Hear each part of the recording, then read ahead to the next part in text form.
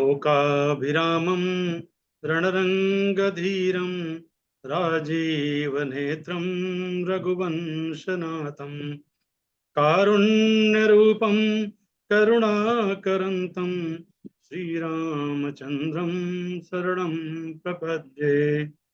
मनोजवं मारुततुल्यवेगं जितेन्द्रियं बुद्धिमतां वरिष्ठं वातात्मजं वानरयूतमुख्यं श्रीरामदूतं शरणं प्रपद्ये। श्रीरामदूतं शरणं प्रपद्ये। श्रीरामदूतं शरणं प्रपद्ये।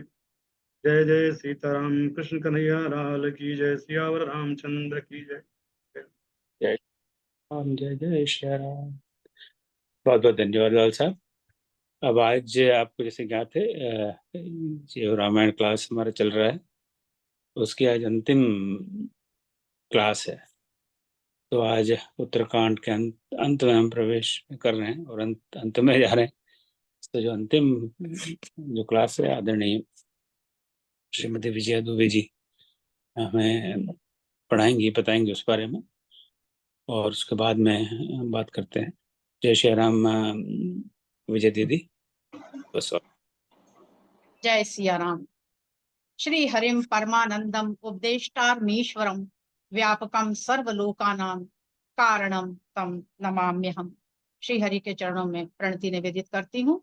सभी विद्वत मनीषियों को मेरा सादर जय सिया राम। आदरणीय ओम भाई साहब के प्रति मेरी हृदय से बहुत ही कृतज्ञता में प्रकट करती हूँ कि उन्होंने मुझे इस अध्ययन के लिए आज यहाँ कहा, और जैसा हरि की कृपा होगी वैसा मैं आज अध्ययन करेंगे, हम सभी करेंगे बैठकर। और इस रामचरित भवन पुस्तन के लिए भी मैं बहुत बहुत नमन करती हूँ। जय सिया राम।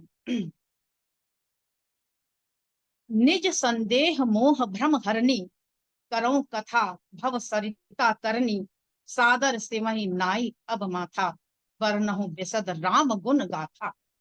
गोस्वामी जी स्पष्ट रूप से कहते हैं कि श्री रामचरितमानस को भाषाबद्ध करने के मूल उद्देश्य में आत्म कल्याण ही है।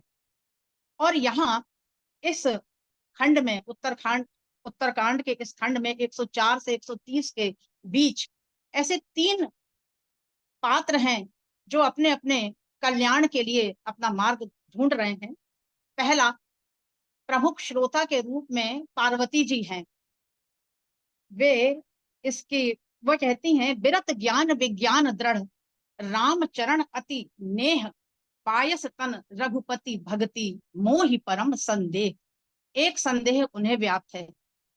वहीं एक संदेह गरुड़ महाज्ञानी गुण राशि जिन्हें कहा गया है, वे भी संदेह में अपने को पाते हैं। और बंधन काट गयो उर्गादा उपजा हृदय परम विषादा पुनि खगपति बिरंचि पही गयहूं निज संदेह सुनावत भयहूं। और तीसरा संदेह भक्त काकभूषण को भी व्याप्त हुआ है। प्राकृत शिशु इव लीला देखी भयं मोहि मोह कवन चरित्र करत प्रभु चिदानंद संदोह।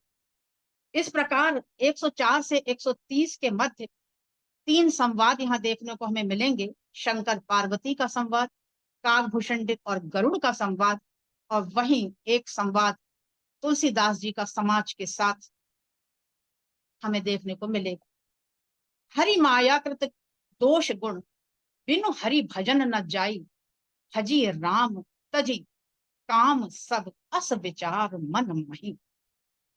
इससे आशय हरि मायाकृत दोष गुण से आशय यदि हम बालकांड में देखें तो हम पाएंगे, कहीं वेद इतिहास पुराना विधि प्रपंच गुण अवगुण साना।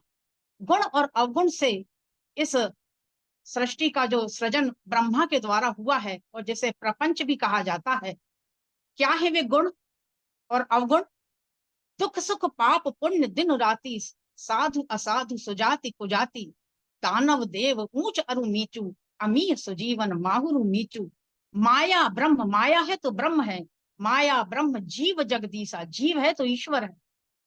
माया ब्रह्म जीव जगदीशा लच्छ अलच्छ रंग कविनीसा, काशी मग सुर सरी क्रमनासा। यदि सुरसरी गंगा है तो कर्मनाशा भी है यहाँ पर, सुरसरी क्रमनाशा। और सर्ग नरक अनुराग विरागा, निगमा गम गुण दोष विभागा। इस प्रकार से इन सारे गुण और अवगुणों को वेद और पुराणों ने अपने अपने ढंग से वर्गीकृत किया। इन्हीं गुण दोषों की चर्चा हरि मायाकृत गुण दोषों में हो रही है। और आगे वे कहते हैं कि भजी राम तजी काम सब। किस काम को तजने की यहाँ बात है? तो वे यहाँ कहते हैं काकभूषणी जी गरुड़ से कि सर्व प्रकार से निष्काम कर्म, यहाँ पे निष्काम कर्म की बात की गई है। किसी भी कर्म फल पर अनाश्रित होकर ऐसा कर्म किया जाए, उस काम की यहाँ बात की गई है। तजी काम, उस काम को। तो भजी राम तजी काम सब, अस विचारी मन माही। आगे काकभूषणी जी अपने मन के मनोरोगों का यहाँ वर्णन किया है उन्होंने, उनकी चिकित्सा बताई है और यह उनके जीवन की अनुभूति भी है। वे स्वयं सभी प्रकार के रोगों से ग्रस्त रहे हैं। रामायण की दृष्टि से वे सबसे बड़े मनोरोगी रहे हैं और उनके जीवन में ईर्ष्या रोग की पराकाष्ठा जो उन्हें अपने गुरु से हो गई थी। अपनी आत्मकथा को बड़े विस्तार से गरुड़ जी को वे सुनाते हैं, कितने प्रकार के रोगों के लक्षण उनमें प्रकट हुए, किन कारणों से वे अस्वस्थ रहे और अंत में वे किस प्रकार स्वस्थ हुए। मेरा जन्म जब अयोध्या में हुआ तो वहां एक बार अकाल पड़ गया। इस घटना का अर्थ उन्होंने क्या लिया? उन्होंने सोचा अयोध्या की भूमि बड़ी दिव्य कही जाती है, यह राम की जन्मभूमि मानी जाती है, फिर अकाल कैसे? हमारी इच्छा के विपरीत कोई बात हो जाने पर हम ईश्वर की कृपा अथवा ईश्वर की सामर्थ्य को कमी के रूप में देखने लगते हैं। और यही विपरीत बुद्धि काकभूषण के मन में उत्पन्न हुई। उन्हें भगवान राम से शंकर श्रेष्ठ लगने लगे। गयो उज्जैनी सुन उर्गारी, दीन मलीन दरिद्र दुखारी। अभिप्राय यह है कि उनमें दैन्य का भाव तो था ही, साथ में मन की मलिनता तथा दरिद्रता भी आ गई। वे कहते हैं मेरे मन में शंकर के प्रति आदर श्रद्धा के भावों का उदय हुआ। मैंने एक विद्वान ब्राह्मण के द्वारा शिव मंत्र की दीक्षा ली, परंतु साधना करते समय उन्हें शिव तथा राम की तुलना और शिव की प्रशंसा तथा विष्णु की निंदा में परम आनंद आता। गुरु को यह ज्ञात होने पर उन्होंने काकभूषणी को बुलाकर बड़े प्रेम से समझाया। उन्होंने कहा, एक की भक्ति कर दूसरे की अवज्ञा करना अथवा दूसरे की भक्ति कर पहले की अवज्ञा करना किसी भी विद्यार्थी को जो ज्ञान और भक्ति के मार्ग पर चल रहा है श्रेष्ठ नहीं है। हर कहूं हरि सेवक गुर कहूं, सुनी खगनाथ हृदय मम दयहूं। जब उन्होंने शिव और विष्णु अर्थात राम को एक ही बताया, यह सुनकर मेरा हृदय दग्ध हो उठा। गुरुजी हरि और शंकर को एक ही बता रहे थे। जितनी निष्ठा विश्वास शंकर जी के प्रति मेरा है, मेरे गुरु का नहीं है। गुरु के प्रति द्रोह की दृष्टि हो गई और यही वृत्ति आगे चलकर साधना के संदर्भ में गुरु के प्रति ईर्ष्या के भाव में परिवर्तित हो गई। इस प्रकार काकभूषणी जी के मन में शिव भक्ति की निष्ठा प्रगाढ़ता का अत्यधिक अभिमान हो गया। एक बार काकभूषणी जी बताते हैं, मैं भगवान शंकर के मंदिर में बैठ शिव मंत्र का जप कर रहा था। उनके गुरु भी भगवान शंकर के दर्शन करने वहां आए। मैंने अभिमानवश उठकर अपने गुरु को प्रणाम नहीं किया, उनका वंदन नहीं किया। भगवान का जो नाम मनोरोगों को दूर करने वाला है, सबसे दिव्य औषधि है, वही मेरे जीवन में अभिमान का रूप मनोरोग का वर्धक बन गई। गुरु ने क्रोध नहीं किया। क्यों नहीं किया? क्योंकि गुरु जो मेरे गुरु थे वे सम्यक बुद्धि वाले थे, समभाव रखते थे, इसलिए उन्होंने क्रोध नहीं किया। भूषुंडी जी के अंतःकरण में अहं की वृद्धि हुई तो गुरुजी ने तो उन्हें क्षमा कर दिया, पर त्रिभुवन गुरु भगवान शंकर ने वैद्य की भूमिका स्वीकार कर, जैसा कि कहा गया है, तुम त्रिभुवन गुरु वैद्य वखाना। गुरु के रूप में ब्राह्मण संत ने अपने कोमल क्षमाशील स्वभाव के कारण शिष्य का दोष दर्शन भले ही ना किया हो, किंतु त्रिभुवन गुरु भगवान शंकर भूषुंडी जी के अभिमान को देख उसे सहन ना कर सके और मंदिर में आकाशवाणी हुई, हे हतभाग्य, हे अभिमानी, यद्यपि तब गुरु के नहीं क्रोधा, अति कृपाल चित समयक बोधा। बैठ रहसी अजगर इव पापी, सर्प होई खल मल मति व्याप। भगवान शंकर ने भुषंडी को क्रोधित हो अजगर होने का श्राप दे दिया। तब उनके गुरु ने शंकर से प्रार्थना की और शिष्य के लिए कृपा की याचना की। शंकर दीन दयाल। आगे एक बहुत ही सुंदर स्तुति का भाव है इसमें, उत्तरकांड में रुद्राष्टक के नाम से जाना जाता है। गुरु के द्वारा भगवान शंकर की स्तुति। नमामि शमीशान निर्वाण रूपम विभुम व्यापकम ब्रह्म वेद स्वरूपम। हे देवों के देव भगवान शिव, मैं आपकी वंदना करता हूँ। आप मुक्ति के साक्षात स्वरूप हैं, निर्वाण प्रदान करने वाले हैं और आप संपूर्ण सृष्टि में व्याप्त हैं। स्वयं वेद स्वरूप ज्ञान स्वरूप हैं। निजम निर्गुणम निर्विकल्पम निरीहम चिदाकाशमाकाश वासम भजेहम। हे भगवान शिव, आप सत रज तम तीनों गुणों से परे हैं। निर्विकल्प अर्थात इच्छाओं और कामनाओं से रहित ऐसी समाधि अवस्था में लीन है। चिदाकाशमाकाश वासम भजे हम। चित धन आकाश से बनता है चिदाकाश। चित से आशय चेतना और आकाश से आशय अनंत स्थान से है। चेतना के सीमित क्षितिज से अनंत तक के विस्तार अर्थात चैतन्य का विस्तृत रूप चिदाकाश। ऐसे विस्तृत रूप आकाश में निवास करने वाले हैं। प्रभु, मैं आपको भजता हूँ, आपकी वंदना करता हूँ। निराकार ओमकार मूलम तुरीहम गिरा ज्ञान गोतीत मीशम गिरीशम। हे प्रभु, आप आकार रहित हैं और ओमकार, ओम जो प्रणव का मूल है, से ही नादवाणी के चारों रूप पर पश्यंती, मध्यमा और वैखरी की उत्पत्ति मानी जाती है के मूल हैं। तुरीयम तुरीय अवस्था। आप ऐसी तुरीय अवस्था, आनंद की सर्वोच्च अवस्था जो आसक्ति रहित होती है, ऐसी तुरीय अवस्था शिव सूत्र में तुरीय अवस्था को जागृत स्वप्न सुषुप्त भेदे तुरीय भोग सविता कहा गया है। तुरीय अवस्था साधक की वह अवस्था जानी जाती है जिसमें वह अपना आत्म साक्षात्कार करता है। तुरीय अवस्था सूर्य की तरह है जो सभी दिशाओं को एक साथ प्रकाशवान कर देती है। गिरा ज्ञान गोतीत मीशम गिरीशम करालम महाकाल कालम कृपालम। वाणी, ज्ञान और इंद्रियों के द्वारा आपको जाना ही नहीं जा सकता। आप इंद्रियातीत हैं। देवताओं के देव, पर्वत पर वास करने वाले हे शिव, आप भयंकर काल के लिए भी काल सदृश हैं, लेकिन ऐसा होते हुए भी आप दया के सागर, गुणों के भंडार और सर्वोच्च होते हुए भी आप संसार के पार हैं। हे प्रभु, मैं आपको नमस्कार करता हूँ। तुषाराद्रि संकाश गौरम गंभीरम मनोभूत कोटि प्रभा श्री शरीरम। आपके शरीर का रंग तुषार अर्थात हिम से ढके, अद्रि अर्थात पर्वत का सा उज्जवल गौर वर्ण है। स्वभाव से गंभीर और करोड़ों कामदेव के सौंदर्य का पूंजीभूत रूप आप हैं। स्फरण मौली कल्लोलिनी चारु गंगा लसद भाल वाले द्विकंठे भुजंगा। मौली अर्थात आपके शीश से कलरव करती हुई सुंदर गंगा की धवल धारा स्फुरित, प्रवाहित और जन्म लेती है। आपके मस्तक पर द्वितीया का चंद्र शोभित होता है और कंठों पर सर्प शोभायमान होते हैं। चलत कुंडलम भ्रू सुनेत्रम विशालम प्रसन्नाननम नील कंठम दयालम। कानों में दोनों कुंडल शिव और शक्ति के रूप में सृष्टि के सिद्धांत का प्रतिनिधित्व करते हैं, शोभायमान हो रहे हैं। आपके भौं और नेत्र विशाल हैं, प्रसन्न मुख वाले नीलकंठ दया के सागर हैं। हे शिव, मृगाधीश चरमांबरम मुंडमालम प्रियम शंकरम सर्वनाथम भजामी।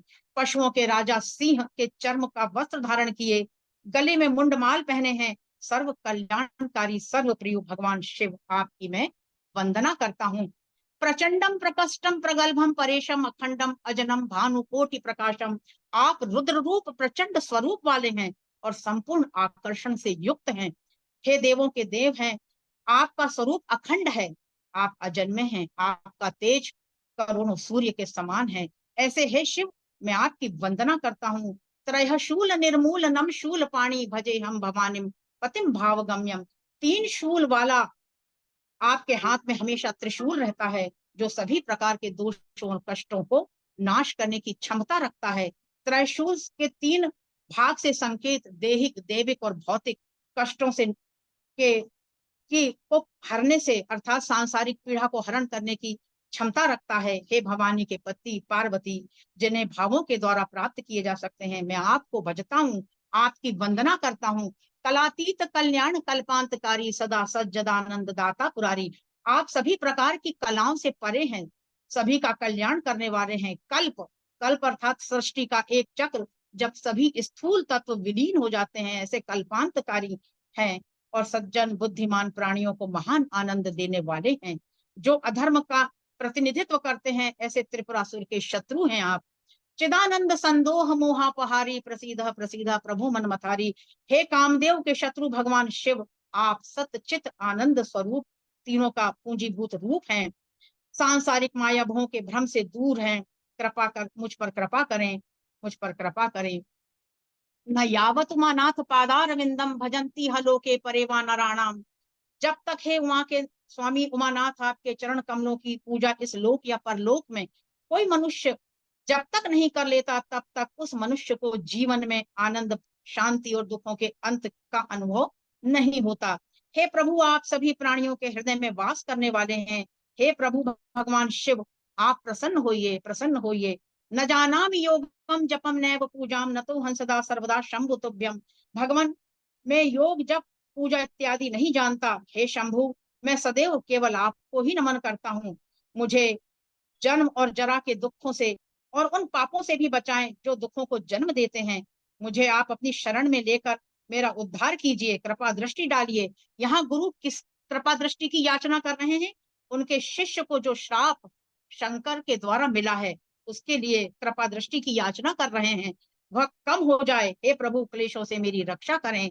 हे प्रभु, मेरी रक्षा करें। रुद्राष्टकम इदं प्रोक्तम विप्रेण हरतोषे यो पठन्ति नरावक्त्या तेषाम शंभु प्रसीदति, तेषाम शंभु प्रसीदति। अब जो प्रसन्न प्रभु मोह पर नाथ दीन पर नेह, निज पद भक्ति देई प्रभु पुनि दूसर वर देह। गुरु ने कहा, यदि आप मुझ पर प्रसन्न हैं तो इस दीन मेरे शिष्य पर अपना प्रेम बनाए रखिए और अपने चरणों में मुझे और इसे अविरल भक्ति प्रदान करें। फिर दूसरा वरदान दीजिए। कब माया बस जीव जड़ संतत फिरहि भुलान, तेहि पर क्रोध न करिए प्रभु कृपा सिंधु भगवान। इस प्रकार वे बार बार अपने शिष्य के लिए भगवान से विनती करते हैं। फिर आकाशवाणी होती है कि तुम्हें एवं मस्तु, तुम्हें क्या चाहिए? तब वे कहते हैं, शंकर दीन दयाल अब यही पर हो कृपाल, साप अनुग्रह होई जही नाथ थोरहि काल। आपने इसे दंड तो दे ही दिया है, लेकिन यह दंड अंत में कल्याण की सृष्टि करने वाला हो। हे दीनदयाल प्रभु शंकर, आप इस पर कृपा कीजिए, कृपा कीजिए। फिर एक आकाशवाणी होती है, तदपि तुम्हारी साधुता देखी करहूं यही पर कृपा विसेखी।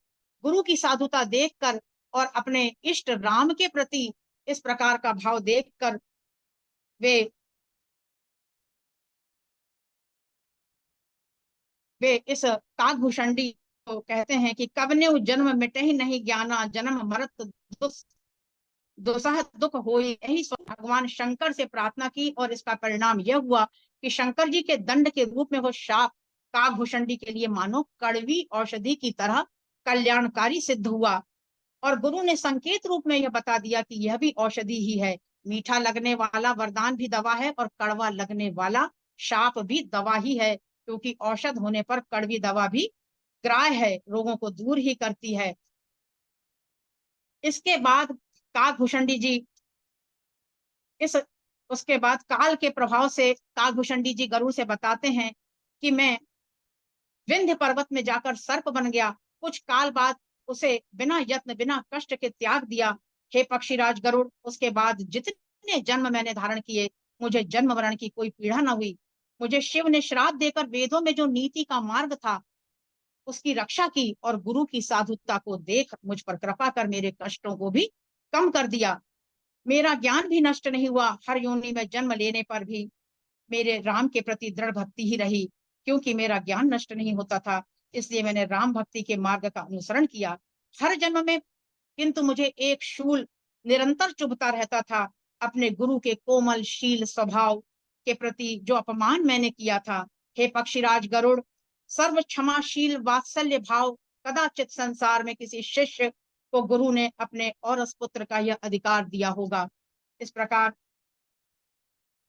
काकभूषणी जी अपने अंतिम जन्म की बात यहाँ गरुड़ जी से कहते हैं, जो उनका अंतिम जन्म मानव योनि में एक ब्राह्मण के रूप में हुआ था।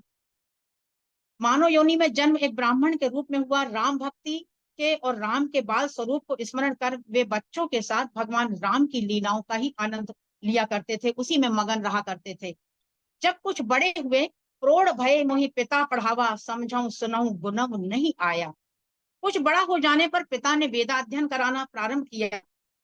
मैं उनके द्वारा ज्ञान को समझता, सुनता और विचार करता, मंथन करता, लेकिन ज्ञान मार्ग की बातें मुझे जरा भी अच्छी ना लगती। मेरे हृदय में भगवान राम की सगुण भक्ति का भाव दृढ़ था। भय काल बस जब पितु माता मैं बन गयूं, भजन जन त्राता। माता पिता के संसार से विदा होने के बाद जन त्राता अर्थात संसार की रक्षा करने वाले प्रभु राम के चरित्र कथाओं और लीलाओं को वन जाकर सिद्धाश्रम में तपस्या में रत अध्ययनरत मुनि साधकों से राम के चरित्र को सुनकर आनंदित हुआ करता। शिव की कृपा से अबाध गति का वरदान मुझे प्राप्त था। एक बार मैं सुमेर पर्वत पर वट वृक्ष के नीचे ध्यानस्थ मुनि लोमश के पास पहुंचा। मुनि तत्वज्ञानी निर्गुण अद्वैत मार्ग के वेदांत के उपासक थे। मैंने उन्हें सादर प्रणाम कर प्रभु राम के सगुण रूप को जानने की विनती की। भूषणी जी ने उनके समक्ष भक्ति मूलक सगुण ब्रह्म के स्वरूप को समझाने की विनती करी। लोमश मुनि ने कुछ देर तक तो उन्हें भक्ति मूलक उपदेश दिए। उसके बाद वे अद्वैत मूलक निर्गुण ब्रह्म के सिद्धांत का उपदेश देने लगे। लागे करण ब्रह्म उपदेशा, अज अद्वैत अगुण हदेशा, अकल अनीह अनाम अरूपा, अनुभव गम्य अखंड अनूपा। वे कहते कि जिस ब्रह्म को तुम जानना चाहते हो वह सारी कलाओं से, सारी इच्छाओं से रहित है, वह अरूप है, उसका कोई रूप नहीं है, और अनुभव गम्य अखंड अनूपा, उसे केवल अनुभव के द्वारा ही जाना जा सकता है। आगे गुरु कहते मन गोतीत अमल अविनाशी, निर्विकार निर्वधि सुख राशि। वह जो ब्रह्म है वो मन गोतीत है। यहाँ पर एक बहुत बड़ा भाव मन गोतीत से जब लोमश मुनि उनसे कहते हैं, तो यहाँ मन को जो इंद्रियों से, मन को इंद्रिय माना गया है, और ब्रह्म के रूप में जब हम मन की बात करते हैं तो मन ब्रह्म वह है जिसका मन के द्वारा, जिसका मनन नहीं किया जा सकता, अपितु जिसकी महत्ता से मन मनन करता है वह ब्रह्म कहलाता है। ऐसे ब्रह्म के बारे में वे कहने लगे कि वह मन गोतीत अमल अविनाशी है और निर्विकार है और सारी अवधि से, सारी सीमाओं से परे है और सुख की राशि है। सोते ताही तो ही नहीं भेदा, यहाँ वो तत्वमसी अर्थात वह ब्रह्म तुम ही हो। सोते ताही तो ही नहीं भेदा अर्थात तत्वमसी, वह अर्थात वह ब्रह्म तुम ही हो। यहाँ वे निर्गुण अद्वैत ब्रह्म का गूढ़ ज्ञान का भूषणी को देने लग जाते हैं, और इस प्रकार एक ऐसा भाव जिसको वे लेकर सुनने की इच्छा नहीं रखते, बार बार लोमश मुनि उसी अद्वैत सिद्धांत को अपने काकभूषणी जी से कहने लगते हैं। जैसे उपनिषदों में भी कहा गया है, यद दृष्ट्वा ना परम दृश्यम, यद भूत्वा ना पुनर्भव, यद ज्ञात्वा ना परम गेयम, तस् ब्रह्मात् धार्यते। ऐसे निर्गुण ब्रह्म के बारे में बड़े गूढ़ गूढ़ विचार जब वे बोलने लगे, और फिर बोलने लगे कि पारी बीच इव गावहि वेदा, जल और जल की लहर के भांति, जिस प्रकार जल और जल की लहरें एक ही है, उसी प्रकार वह ब्रह्म और तुम एक ही हो, तत्वमसी ही हो। मेरा मन राम भक्ति रूपी जल में मछली सा था, सोई उपदेश कहूं करी दाया, निज नयन ही देखूं रघुराया। वे कहते हैं कि मैं तो अपने उस सगुण स्वरूप परमात्मा को देखने की इच्छा रखता हूं, और वैसा ही मुझे उपदेश दीजिए। हरि लोचन बिलो की अवधेशा, तब सुनी हूं निर्गुण उपदेशा। जब तक मैं अपने इन नयनों से उस सगुण साकार स्वरूप को नहीं देखूंगा, तब उसके बाद ही मैं आपके इस निर्गुण उपदेश को सुनूंगा।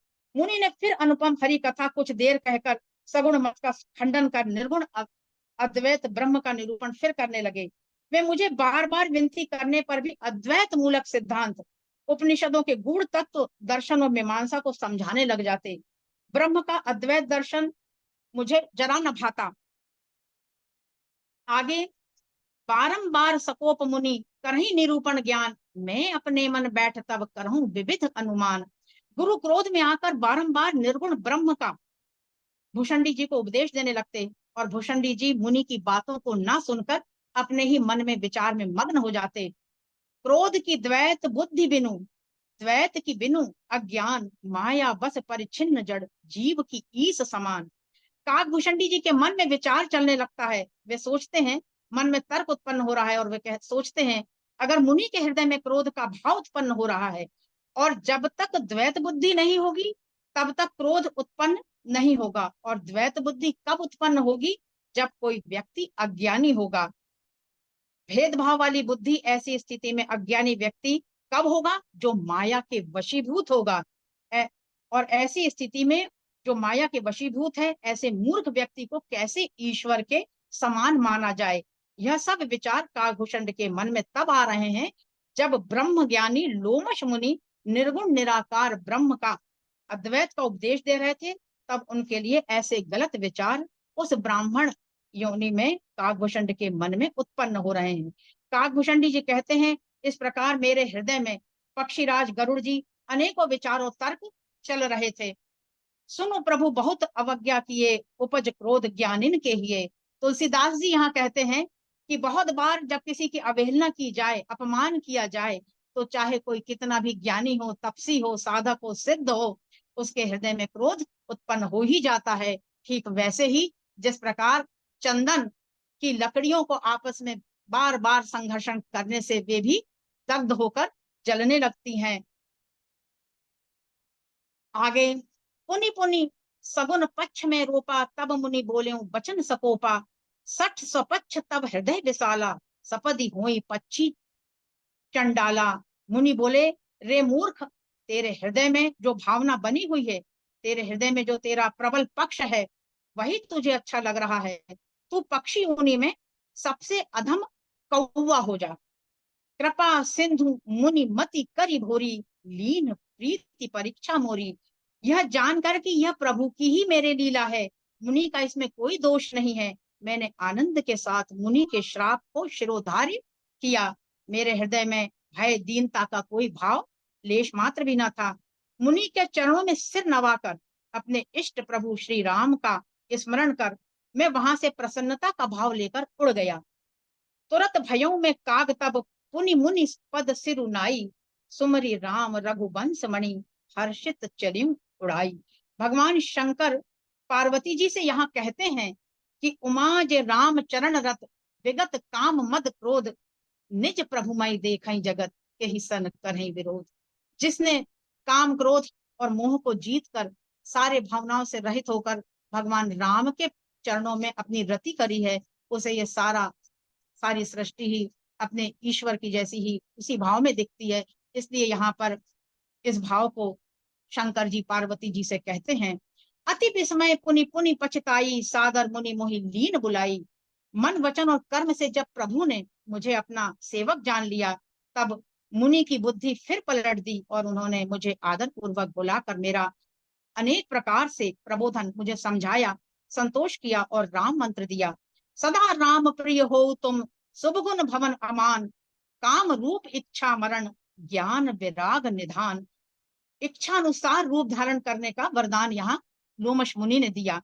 जही आश्रम तुम बसब पुनि, सुमिरत श्री भगवंत व्यापहि तहां न अविद्या, जो जन एक प्रजंत। जिस आश्रम में तुम निवास करोगे वहां 4 कोस तक अविद्या अर्थात राग द्वेष अस्मिता अभिनिवेश कोई भी वहां व्याप्त नहीं होंगे। तदनंतर मुनि की विनती करके आज्ञा पाकर उनके चरण कमलों में बार बार सिर नवाकर हर्ष सहित इस आश्रम में आया हूँ। गरुड़ जी से काकभूषण जी कहते हैं, और प्रभु श्री राम की कृपा से मैंने दुर्लभ वर पा लिया। हे पक्षीराज, मुझे यहाँ निवास करते हुए 27 कल्प व्यतीत हो चुके हैं।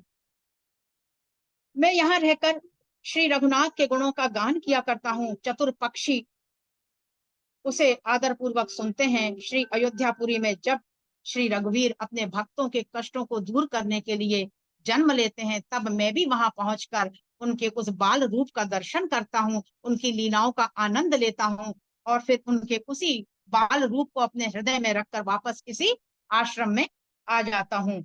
और जिस कारण मैंने यह शिष्य रूप में हृदय को धारण करके आ जाता हूँ। और यह वे आगे बताते हैं कि इस प्रकार मैंने आपको अपने जीवन की सारी कथा, गरुड़ जी से कहते हैं कि मैंने आपको सारी कथा बता दी कि किस कारण मुझे ये काग का रूप सबसे अधिक प्रिय है। और इस प्रकार काकभूषण के इस जन्म की एक कथा यहाँ पे खत्म होती है। और आगे गरुड़ जी एक प्रश्न पूछते हैं कि काकभूषण जी कहते हैं कि गरुड़ जी में भक्ति पक्ष पर प्रबल रूप से दृढ़ रहा और मुझे लोमश मुनि ने श्राप दिया, वह भी वरदान में बदल गया। मुनि दुर्लभ हरि भक्ति नर पावहि विनय प्रयास, ऐसा वरदान मुझे लोमश ऋषि के श्राप से वरदान में परिवर्तित होकर मुझे मिला है। भगति पक्ष हट करी रहे हूँ, दीन महर्षि साप मुनि दुर्लभ पर पाए हूँ, देखा हूँ भजन प्रताप। इस प्रकार वे अपने भक्ति पक्ष को गरुड़ जी से कहते हैं। तो फिर गरुड़ जी ने पूछा कि ज्ञान ही भगत ही अंतर केता, सकल कहूं प्रभु कृपा निकेता। वे कहने लगे कि जिन मुनि ने आपको इतना दुर्लभ ज्ञान दिया और आपने उस ज्ञान को भक्ति के आगे उसको कम आका, तो आप मुझे ज्ञान और भक्ति में क्या अंतर है, क्योंकि सारे वेद और पुराण भगति ही ज्ञान ही नहीं कछु भेदा, उभय हरई भव संभव खेदा। यहाँ काकभूषण जी कहते हैं कि भक्ति और ज्ञान में वैसे बहुत बड़ा अंतर नहीं है। ज्ञान जो है, ज्ञान पंथ कृपाण की धारा, परत खगेश जाई नहीं बारा। ज्ञान का जो मार्ग है वह अत्यंत दुस्तर मार्ग है और वह तलवार पर चलने की भांति है, और जिसमें क्षण मात्र में भी व्यक्ति गिर सकता है। और राम भजत सोई मुक्ति गुसाई, अनइच्छित आवही बरियाई। तुलसीदास जी की मोक्षदायिनी भक्ति यहाँ पर ये, जिसे काकभूषण जी भी कह रहे हैं कि सेवक सेव्य भाव बिनु भव न तरी उर्गारी, भजऊ राम पद पंकज अस सिद्धांत विचारी। वे अपने भक्ति पक्ष को फिर से पुष्ट करते हैं। और यहाँ जो ज्ञान और भक्ति के जो गूढ़ दर्शन का यहाँ एक भाव आ रहा है, इस ज्ञान और भक्ति का समन्वय जो स्थापित किया है तुलसीदास जी ने, जब जिस कालखंड में इस रचना को उन्होंने लिखा था, उस समय के कालखंड के अनुसार इस काव्य की रचना हुई है। और एक रचनाकार अपने देश, अपने काल और अपनी समस्याओं से जब देखता है, उसके तदनुसार वह उस पक्ष को लिखता भी है। और यहाँ पर तुलसीदास जी ने जिस भक्ति विरोधी ज्ञान को स्वीकृति न देकर भक्ति और ज्ञान में गहरा समन्वय स्थापित किया है। तुलसी को अपने देश काल में ऐसे ही संघर्षों की पहचान थी, और अपने समय और अपने लोक के मनुज रूप ब्रह्म का गायन करके ही तुलसीदास ने इस कालजयी भक्ति काव्य ग्रंथ रामचरितमानस को रचा, जो भारतीय वांग्मय इतिहास का एक क्रांतिकारी कार्य भी है।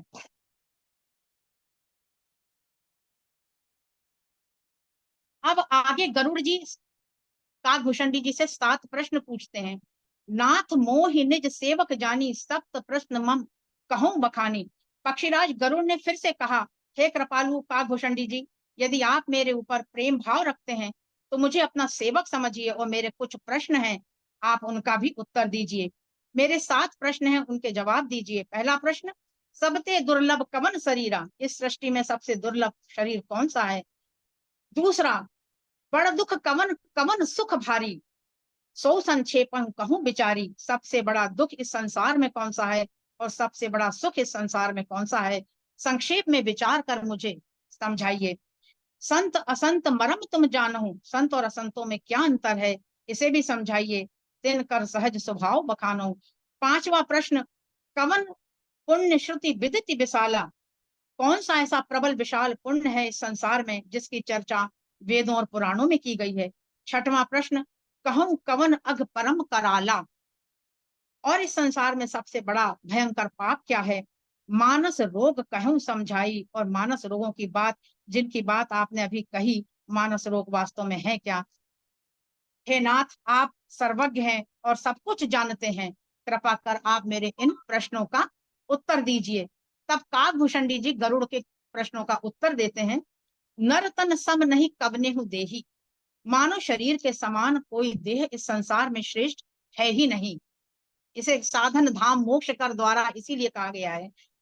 जीव चराचर जाचत ते ही, यही कारण है कि इस जड़ चेतन जगत में सभी जीव नर शरीर पाने की याचना करते हैं। क्यों करते हैं? क्योंकि यह नर शरीर नरक में जाने की एक सीढ़ी है, वही स्वर्ग प्राप्त करने की भी यही सीढ़ी है, और इसी से मोक्ष भी प्राप्त होता है। दूसरी ओर यही मानव शरीर ज्ञान, वैराग्य, भक्ति जैसी कल्याणकारी भावों को देने वाला भी है। सो तनु धरि हरि भजहि न जे नर, होई विषय रत मंद मंद तर। जो मानव शरीर धारण करके भी श्री हरि का भजन नहीं करते, वे निरंतर विषयों में लिप्त होते जाते हैं और भ्रमित होते जाते हैं, और उनका तेजस्व भी धीरे धीरे कम हो जाता है। कांच किरीच बदलेते लेही, करते डारी परस मनि देही। क्योंकि भगवान ने उन्हें जो श्रेष्ठ मानव शरीर दिया था, लेकिन उन्होंने उस पारस मणि को अपनी विषय वासना में लिप्त कर अपने हाथ से फेंक दिया, और कांच किरीच विषय वासनाओं को अर्थात कांच को अपने हाथ में पकड़ लिया। नहीं दरिद्र सम दुख जग माही, और सबसे बड़ा दुख संसार का दरिद्रता है। संत मिलन सम सुख जग नाही, संतों का मिलना संसार में सबसे बड़ा सुख कहा गया है। इसी को कहते हैं कि गिरजा संत समागम सम न लाभ कछुआन, और बिनु हरि कृपा न होई सो गावहि वेद पुराण। पर उपकार वचन मन काया, मन वचन से दूसरों का उपकार भलाई करने वाला भाव सबसे कल्याणकारी कार्य है। संत सहज स्वभाव खगराया, हे पक्षीराज, यह संतों का सज्जन प्राणी का स्वभाव होता है। संत सही दुख पर हित लागी। जिस प्रकार से संत दूसरों की भलाई के लिए स्वयं दुख सहते हैं, पर दुख हेतु असंत अभागी और असंत दूसरों को दुख देने का कारण बनते हैं। जैसे गुर्ज तरु सम संत कृपाला, संत और कृपालु व्यक्ति भोजपत्र जिसमें प्राचीन समय से लिखा जाता था, उसी भुर्ज तरु की छाल को छील कर प्राप्त किए जाते थे वे पत्र। और यहाँ आशय यह है कि जो संत और कृपालु दूसरों की विपत्तियों को दूर करने के लिए जो स्वयं कष्ट पीड़ा सहते हैं, वे संत और कृपालु व्यक्ति कहे जाते हैं। सन इव खल पर बंधन करही, हाल कढ़ाई विपत्ति सही मरही। दुष्ट प्रकृति के मनुष्य पटसन के समान होते हैं, जिससे रस्सी बनती है उसके समान होते हैं। पहले खाल से निकलता है, उसे छीला जाता है, खराशा जाता है, पीढ़ा सहता है, और सन दूसरों की भलाई के काम नहीं आता, पशुओं को बांधने के काम आता है, खुद भी पीढ़ा सहता है और दूसरों को भी पीड़ा देता है। सन के समान दुष्ट व्यक्तियों का स्वभाव होता है। खल बिन स्वार्थ पर अपकारी, अहि मूषक इव सुन उर्गारी। हे पक्षीराज गरुड़, आप सुनिए कि जो दुष्ट व्यक्ति हैं वो बिना अपने स्वार्थ के भी दूसरों का बुरा ही करते हैं। जैसे चूहे और सर्प अपने स्वभाव के कारण दूसरों का हमेशा बुरा ही करते हैं, उसी तरह से दुष्ट व्यक्ति होते हैं, खल स्वभाव वाले असंत व्यक्ति होते हैं। पर संपदा विनाशी नसाही, जिमि ससी हति हिम उपल बिलाही। जो दूसरों की संपत्ति को नष्ट करके स्वयं भी नष्ट हो जाते हैं। पर अकाज लगी तनु भरही, जिमि हिम उपल कृषि दली गरही। जिस प्रकार ओले भी कृषि को स्वयं भी गल जाते हैं और कृषि को भी बर्बाद कर देते हैं, फसल को भी नष्ट कर देते हैं, इसी प्रकार दुष्ट व्यक्ति दूसरों की संपत्ति को नष्ट करके स्वयं भी नष्ट हो जाते हैं। संत उदय संतत सुखकारी, विश्व सुखद जिमि इंदु तमारी। और संतों का जन्म संसार में सुख की अभिवृद्धि करता है, बांटता है। जन्म जिस प्रकार चंद्रमा अंधकार का नाश करता है, सबसे बड़ा धर्म अहिंसा और सबसे बड़ा पाप पर निंदा कहा है। हर गुरु निंदक दादुर होई, जन्म सहस्त्र पावतन सोई। जो भगवान शिव और गुरु की निंदा करता है वो मेंढक की योनि में जन्म लेता है। द्विज निंदक बहु नरक भोग करी, जग जन्महि बायस शरीर धरी। जो ब्राह्मणों की निंदा करता है वो अनेक नरकों में पीड़ा भोग कर संसार में कौवे की योनि को धारण करता है। सुर श्रुति निंदक जे अभिमानी, रौरव नरक पर ही ते प्राणी। देवताओं और वेदों की निंदा करने वाले अभिमानी मनुष्य 84 नरकों में रौरव नरक की पीड़ा भोगते हैं। होई उलूक संत निंदारत, मोह निशा प्रिय ज्ञान भानुगत। संतों की निंदा उल्लू का जन्म लेते हैं और उनके हृदय में मोह रूपी रात्रि का अंधकार हो जाता है और ज्ञान रूपी सूर्य अस्त हो जाता है। सबके निंदा जे जड़ करही, ते चमगादड़ हुई अवतरही। वे चमगादड़ का जन्म लेते हैं। मानस रोगों की चर्चा। श्री गरुड़ जी काकभूषण जी से कहते हैं, मानस रोग कहूं समझाई, तुम सर्वज्ञ कृपा अधिकाई। श्री भूषणी जी कहते हैं, मोह सकल व्याधिन कर मूला, तिनते पुनि उपजहि बहुसूला, काम बात कफ लोक अपारा, क्रोध पित्त नित छाती जारा, प्रीत करहि जो तीनों भाई, उपजहि सन्निपात दुखदाई। विषय मनोरथ दुर्गम नाना, ते सब सूल नाम को जाना। काक भूषणी जी गरुड़ से कहते हैं कि सुनिए, अब मैं मानस रोगों के विषय में कहता हूं, जिसके कारण सभी लोग वेदना से ग्रस्त हैं। सभी व्याधियों का मूल मोह है। विषयों में आसक्ति शरीर में अहंग बुद्धि अज्ञान होने के कारण अविवेकता उत्पन्न करती है। जन्म मरण रूपी संसार में हर्ष शोक लोभ मोह तृष्णा आदि सभी मिथ्या अहंकार भाव के कारण उत्पन्न होते हैं। जिस प्रकार गीता में कहा है कि विकार कैसे उत्पन्न होते हैं और अंत में मनुष्य का कैसे नाश होता है। ध्यायतो विषयान् पुंसः संगस्तेषु उपजायते, संगात संजायते कामा, कामात् क्रोधो विजायते, क्रोधात् भवति सम्मोहम, सम्मोहात् स्मृति विभ्रम, स्मृति भ्रंशः बुद्धिनाशात् बुद्धिनाशो प्रणश्यति। विषयों का चिंतन करने वाले पुरुष इन विषयों से संग से अर्थात इनकी आसक्ति बढ़ जाती है। फिर इस संग से वासना उत्पन्न होती है। काम की तृप्ति में विघ्न आने से क्रोध की उत्पत्ति होती है और क्रोध से अविवेक होता है। अविवेक से स्मृति हंस अर्थात बुद्धि का नाश होता है और जो सारा विनाश करता है। जिस प्रकार स्थूल शरीर वात पित्त कफ पर आधारित है, उसी प्रकार सूक्ष्म शरीर भी काम रूपी वात, क्रोध रूपी पित्त और लोभ रूपी कफ के आधार पर स्थित है। इन्हीं तीनों की प्रधानता से स्थूल सूक्ष्म शरीर की समस्त प्रणालियां क्रियान्वित होती रहती हैं। इसका वर्णन काकभूषणी जी गरुड़ से कहते हैं, व्याधियों का मूल मोह से अनेक प्रकार के शूलों का जन्म होता है। तिनते पुनि उपजहि बहुसूला, यूं तो मानसिक रोगों की संख्या अपार है। तीन प्रधान है, काम को वात रोग, लोभ को कफ जनित रोग और क्रोध को पित्त जनित रोग माना गया है। जब तीनों विषम हो जाते हैं तो सन्निपात होना निश्चित होता है। प्रीति करहि जो तीनों भाई, उपजहि सन्निपात दुखदाई, विषय मनोरथ दुर्गम नाना, ते सब सूल नाम को जाना। ममता दादु कंडु ईर्षाई, हर्ष विषाद गर्हा बहुताई, पर सुख देखी जरई सोई छई, कुष्ठ दुष्टता मन कुटिलई। अर्थात अनेक प्रकार की विषयों की जो दुर्गम अभिलाषाएं हैं, वे ही सब तरह की पीड़ाएं हैं। ममता दिनाय अर्थात दाद के समान है। ईर्ष्या खुजली के तो हर्ष विषाद ग्रहों की अधिकता के समान है। दूसरों के सुख से जलना क्षय रोग माना जाता है। मन की कुटिलता पूर्ण रोग है। मानस रोगों में अहंकार अत्यंत दुख देने वाला गठिया रोग है। तृष्णा पेट बढ़ने के समान भारी, नहीं तृष्णाया परो व्याधिन, तृष्णा को बड़ी व्याधि माना गया है। पेट के बढ़ने के समान भारी रोग है।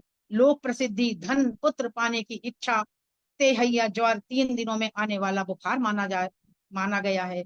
डाह अविचार दोनों को काला ज्वर कहा है। ये सभी मानस रोग अति प्रबल हैं। मनुष्य तो एक रोग के वश में पड़कर ही प्राण खो देता है। बहुत से असाध्य रोग हैं जो जीव को सतत दुख ही दिया करते हैं। फिर जीव सुख किस तरह प्राप्त कर सकता है।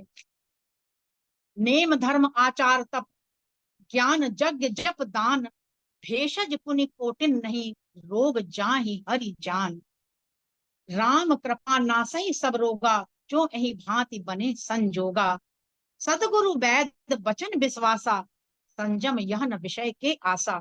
जिस प्रकार वैद्य रोगी की नाड़ी देखकर रोग को जान रोगी की अवस्था और व्यवस्था के अनुसार औषधि का विधान करता है, उसी तरह सदगुरु देव ही मानस रोगों को पहचान कर उपचार करने वाले भव रोग वैद्यम के नाते अपने शिष्य रूपी रोगी के मानसिक रोगों को सम्यक प्रकार से समझकर अमृतमयी संजीवनी मूल सुंदर चूर्ण देते हैं, जिससे देहिक दैविक और भौतिक ये त्रैताप जो हैं समूल नाश कर रोगी को अनुपान पूर्वक स्वस्थ करते हैं। जानिए तब मन बिरुज गोसाई, जब उर बल विराग अधिकाई। सुमति क्षुदा बाढ़ई नित नई, विषय आस दुर्बलता गई।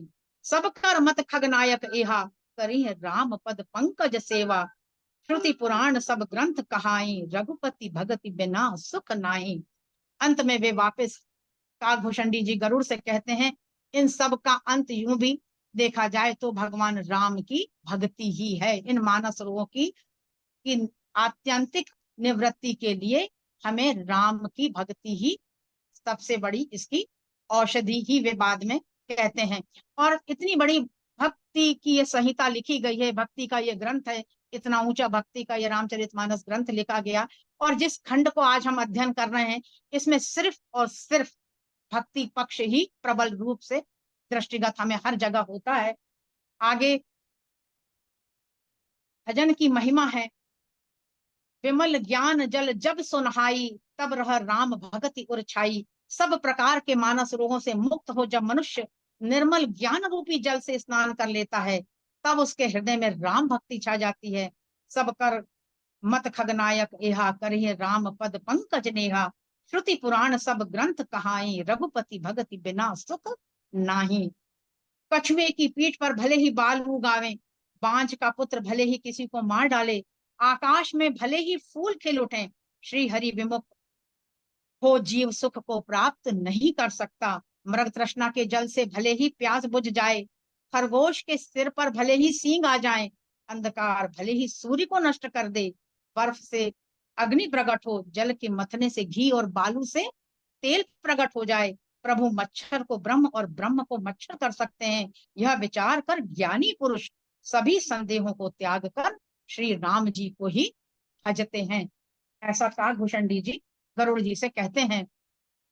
काकभूषण जी कहते हैं, इतने सब दोनों के बीच में एक लंबा संवाद हुआ है, और उसके बाद वे कहते हैं कि विनिश्चितम वदामि तेन अन्यथा वचांसी में, हरि नरा भजन्ति ये अति दुस्तरम तरंति ते। यह एक भली भांति सुनिश्चित किया हुआ सिद्धांत है गरुड़ जी, जो मैं आपसे कहता हूं कि बिना हरि की भक्ति से, बिना उनको भजे, इस भीषण भव सागर से हम पार नहीं पा सकते। भव से अर्थात इस जीवन मरण के चक्र से, भव को यहाँ पर इस भाव में लिया गया है, इससे हम निवृत्त नहीं हो सकते। आगे वे कहते हैं, तुम विज्ञान रूप नहीं मोहा, नाथ कीन मोह पर अति छोहा।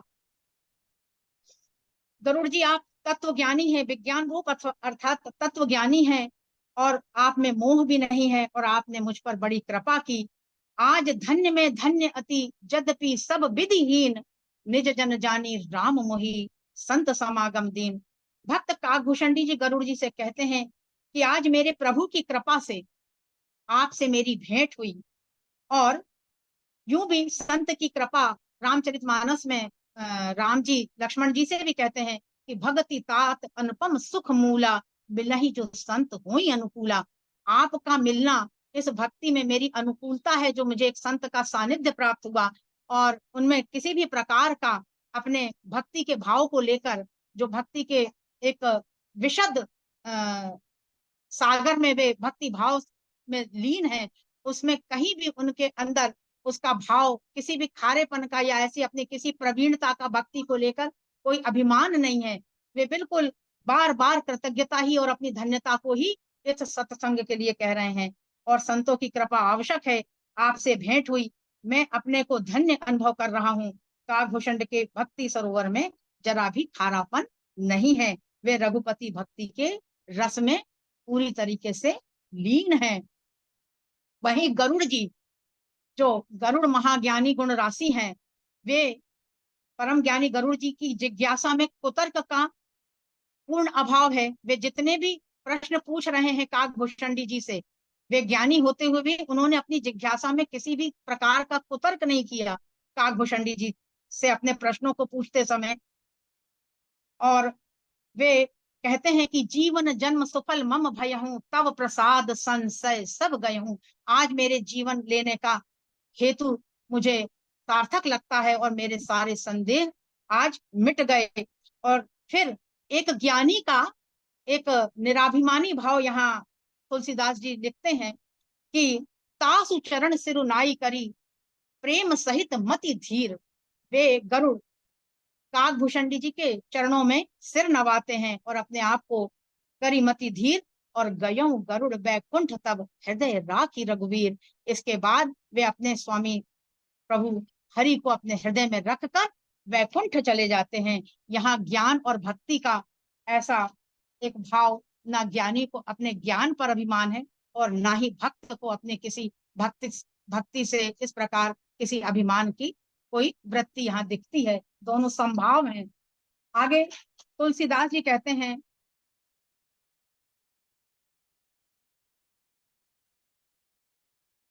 मौसम दीन न दीन हित तुम समान रघुवीर, अस विचारी रघुवंश मणि हरऊं विषम भव भीर। हे प्रभु, अच्छा यहाँ प्रभु से वे याचना करते हैं कि मेरे समान कोई दीन नहीं है। यहाँ दीन का आशय केवल वे दीनों के भगवान राम सहायक ही नहीं है, वे दीनों के सखा भी हैं। गुरु पितु मात सखा मोहि जानो, वे केवल दीनों के सहायक नहीं हैं, बल्कि उनका उन दीनों से, प्रभु राम का विपत्तिग्रस्त उन दीनों के साथ उनका एक हार्दिक संबंध भावनाओं पर आधारित है। कर्तव्य की भावना से अधिक हार्दिक भावनाओं पर वे अपने दीनों के साथ एक संबंध बनाते हैं, इसीलिए वे विपत्ति भंजक हैं और इसी विपत्ति और दीनता को राम दूर करते हैं। आगे यहाँ पर तुलसीदास जी कहते हैं, कामिहि नारी प्यारी जिमि लोभी प्रिय जिमि दाम, तिमि रघुनाथ निरंतर प्रिय लागहि मोहि राम।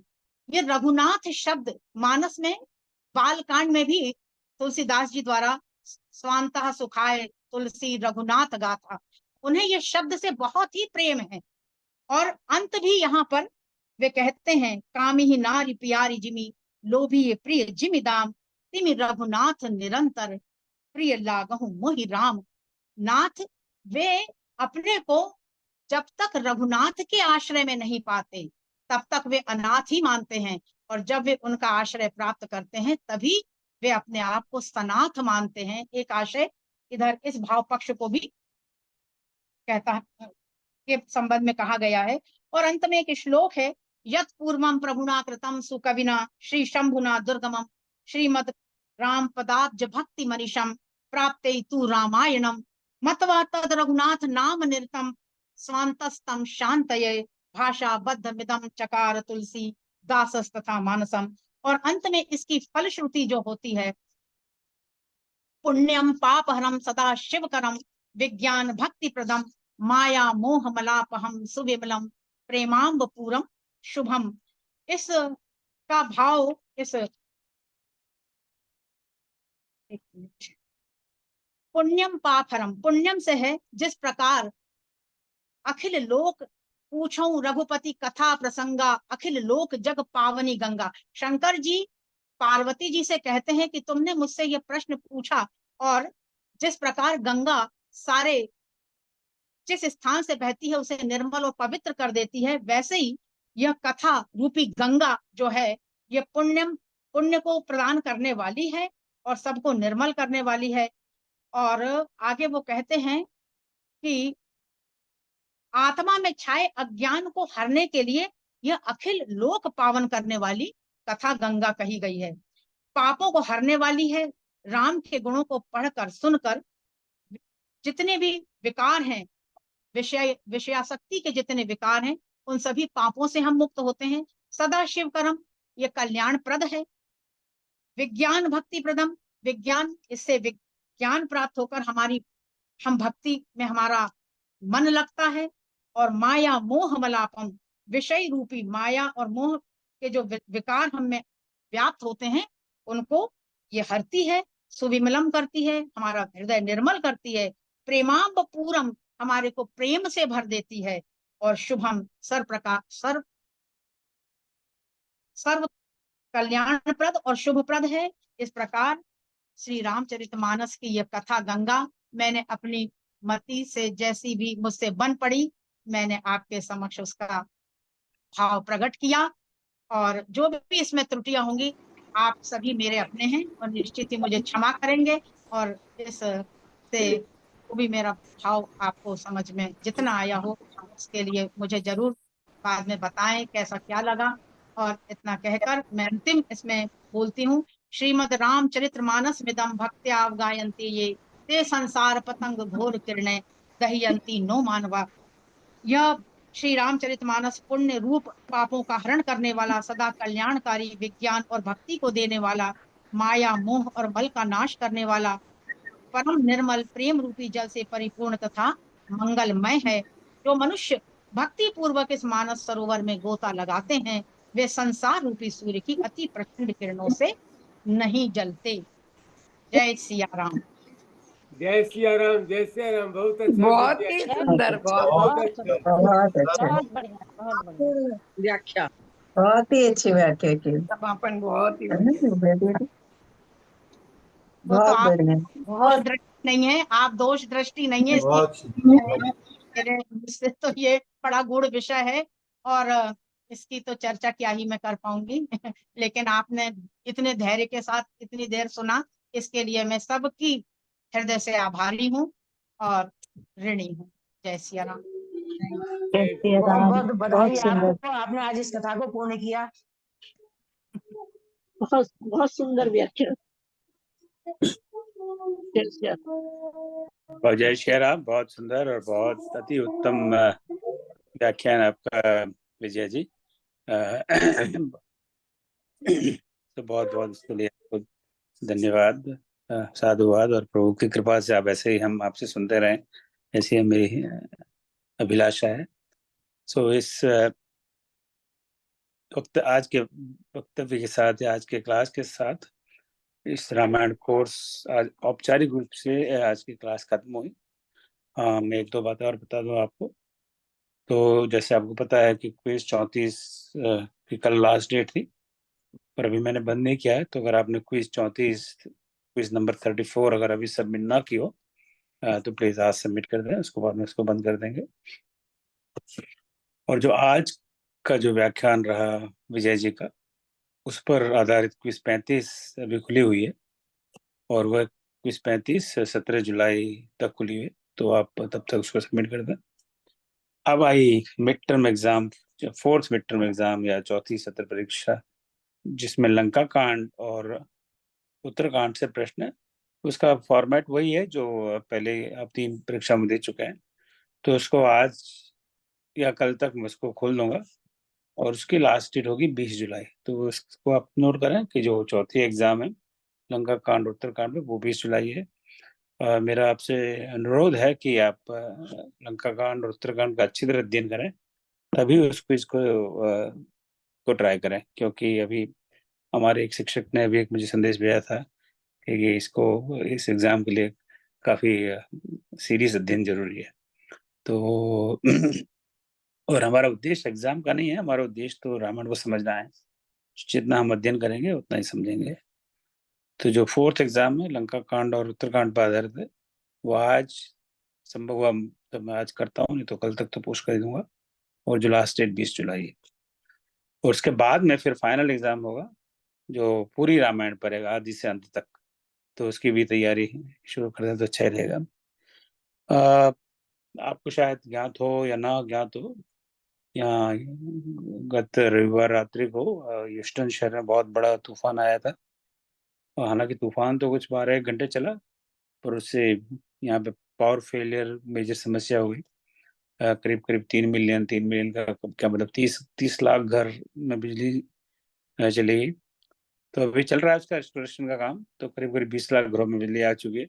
हमारे घर में अभी बिजली नहीं है, ना इंटरनेट ना बिजली है। तो मैं अपने बेटी के यहाँ से इस फोन पर आपसे बात कर रहा हूँ। नॉर्मली मैं फोन का प्रयोग कम ही करता हूँ इस तरीके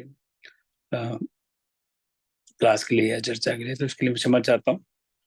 और कल संयोगवश पूर्व नियोजित कार्यक्रम के अनुसार 1 सप्ताह के लिए अपनी बड़ी बेटी और उसके परिवार के साथ हम लोग लंदन जा रहे हैं। तो अगले 1 सप्ताह तक मेरा कम्युनिकेशन थोड़ा कम ही रहेगा। तो शायद अच्छी बात है कि कम से कम मैसेज मिले। पर इसका एक दूसरा नेगेटिव एस्पेक्ट भी है कि मैं आपको जो बार बार रिमाइंडर कराता हूँ वो रिमाइंडर आपको नहीं भेज पाऊंगा। तो इसलिए अपडेट्स वगैरह का आप ध्यान रखिएगा। और जो श्रावण मास रामचरितमानस पाठ की कल हम एक मीटिंग करना चाह रहे थे, वो इसी वजह से नहीं हो पाई कि इंटरनेट की समस्या है। तो जो रामचरितमानस में के पाठ श्रावण मास में रामचरितमानस के पाठ में भाग ले रहे हैं, या तो पढ़ रहे हैं या उसके समीक्षक हैं या उसके संचालक हैं, कल फिर पुनः ट्राई करेंगे उसी समय 9 बजे रात्रि के मीटिंग के लिए। अगर मैं किसी वजह से ना जुड़ पाऊँ तो देखता हूँ मैं हम में से कोई उसको कांटेक्ट करेगा, पर हम अपना अपना रोल समझ लें तो ज़्यादा अच्छा रहेगा। और कल नहीं, परसों शनिवार को हमारी जो साप्ताहिक सभा होती है उसमें श्रीमती आशा श्रीवास्तव दीदी जो संस्कृत अध्ययन हम थोड़ा श्रीमद् भागवत के संदर्भ में, श्रीमद् भगवत गीता के संदर्भ में संस्कृत अध्ययन थोड़ा कर रहे हैं, उसमें वो विसर्ग संधि पर बात करेंगी। पिछले सप्ताह उन्होंने व्यंजन संधि पर बात की थी। व्यंजन संधि पे पूरी बात उनकी हो नहीं पाई, तो थोड़ी बहुत व्यंजन संधि पर बात करेंगी जो बात अधूरी रहेगी, और फिर विसर्ग संधि पर चर्चा करेंगे। और उसके बाद वाले सप्ताह में, अगले शनिवार को यही हमारे ह्यूस्टन में भगवत गीता के विद्वान विष्णु प्रभु भगवत गीता को सही उच्चारण से कैसे पढ़ा जाए उस पर चर्चा करेंगे। तो ये अगले 10 दिनों का कार्यक्रम है। अब मेरे लिए कोई प्रश्न दो, आप कहें। ये स्वर संधि वाला जो था उसका लिंक मिल जाएगा क्या? हमने सुन नहीं अगर पाए थे स्वर संधि वाला क्लास। हाँ, लिंक उसका मैं अब देखता हूँ, क्योंकि मेरे पास कंप्यूटर का भी एक्सेस नहीं है, तो लिंक शायद बन गया होगा, अब तक होगा तो हम डाल देंगे इस पर आप सबसे मेरा निवेदन ये है कि आप, जो हमने कई बार आपसे निवेदन किया है कि यूट्यूब को आप सब्सक्राइब करें, तो लिंक बनते ही आपके पास ऑटोमेटिकली पहुंच जाता है। नहीं, वो तो सब्सक्राइब कर लिया, देखा नहीं यूट्यूब हाँ, पे है नहीं। तो हो सकता है वो लिंक अभी तैयार नहीं हुआ हो, क्योंकि मेरे अनुज शिव करते हैं वो काम, और उनके यहाँ भी कुछ आजकल पारिवारिक समस्याएं चल रही हैं, तो उनको भी इन चीजों के लिए समझ, पर फिर मैं देखता हूँ कि क्या सिचुएशन। हाँ हाँ, और कोई प्रश्न? सर आज रामचरितमानस पूरा हुआ है, इसके बाद आरती होगी। हाँ बिल्कुल, क्यों नहीं करें, ये तो रामायण अच्छी जी की बात है। आरती। हाँ हाँ, अच्छा आपने सुझाव दिया, रामायण जी की आरती करते हैं, तो आप ही करिए, आपने सुझाव दिया है, तो आप रामायण जी की आरती भी करिए, और उसके बाद में शांति मंत्र भी पढ़िए। पर उसके पहले किसी का कोई प्रश्न है आपका? क्योंकि अगले करीब 8-9 दिन में शायद संपर्क मेरा कम रहेगा। तो हाँ, मैं हालांकि व्हाट्सएप से मेरे पास कंप्यूटर लैपटॉप वगैरह कुछ नहीं रहेगा, ट्रैवल में फोन तो रहेगा, पर फोन पे सारी जानकारी मेरे पास नहीं रहेगी। तो कोई प्रश्न? चलिए, कोई भी प्रश्न हो अगले 24 घंटों में आप जरा पोस्ट कर दें, तो मैं उनका निराकरण करने का प्रयास करूंगा। अब मैं भाई श्री लाल साहब को आमंत्रित करता हूँ कि श्री रामचरितमानस की आरती करें, रामायण जी की आरती, उसके बाद में शांति मंत्र करें। जय श्री राम। और इसके इसके इसके पहले कि उनको मैं आए, विजय दीदी को मैं पुनः धन्यवाद देना चाहता हूँ कि उन्होंने बहुत शॉर्ट नोटिस पे मेरी विनती स्वीकृत की, और इतना उत्तम हमें व्याख्यान दिया, और इतने गूढ़ विषय पर। ये बात बहुत सही है, ये बहुत बड़ा गूढ़ विषय जो आज इसके बाद की हर किसी की बस की नहीं है इस विषय पर चर्चा करना। तो आपको बहुत बहुत धन्यवाद। जय श्री राम। लाल साहब। जय श्री राम। आरती श्री रामायण जी की, कीरति कलित पी की। आरती श्री रामायण जी की, गावत ब्रह्मादिक मुनि नारद, वाल्मीक विज्ञान विशारद, सुख सनकादिशेष अरु सारद, बरनी पवन सुत कीरतिनी की।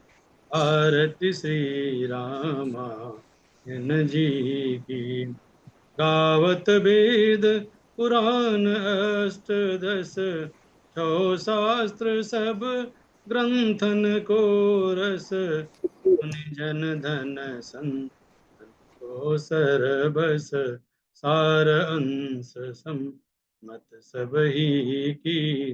आरती श्री रामायण जी की, गावत संतत शंभु भवानी, अरुघट संभव मुनि विज्ञानी, व्यास आदि कवि बरज बखानी, काग भुसुंडी गरुण के की। आरती श्री रामायण जी की, कलिमल हरणी विषय रस फीकी, सुभग सिंगार मुक्ति जुबती की, दलन रोग भव मूरि अमी की, आत्मात सब तुलसी की। आरती श्री रामायण जी की, कीर्ति कलित कलित सिय भी की। ओम सर्वेषां स्वस्तिर्भवतु, सर्वेषां शांतिर्भवतु, सर्वेषां पूर्णं भवतु, सर्वेषां मंगलं भवतु, सर्वे भवन्तु सुखिनः, सर्वे सन्तु निरामया, सर्वे भद्राणि पश्यन्तु, मा कश्चित् दुःखभाग् भवेत्। ओम असतो मा सद्गमय, तमसो मा ज्योतिर्गमय, मृत्योर्मा अमृतं गमय। ओम शांति शांति शांति। जय जय सीताराम।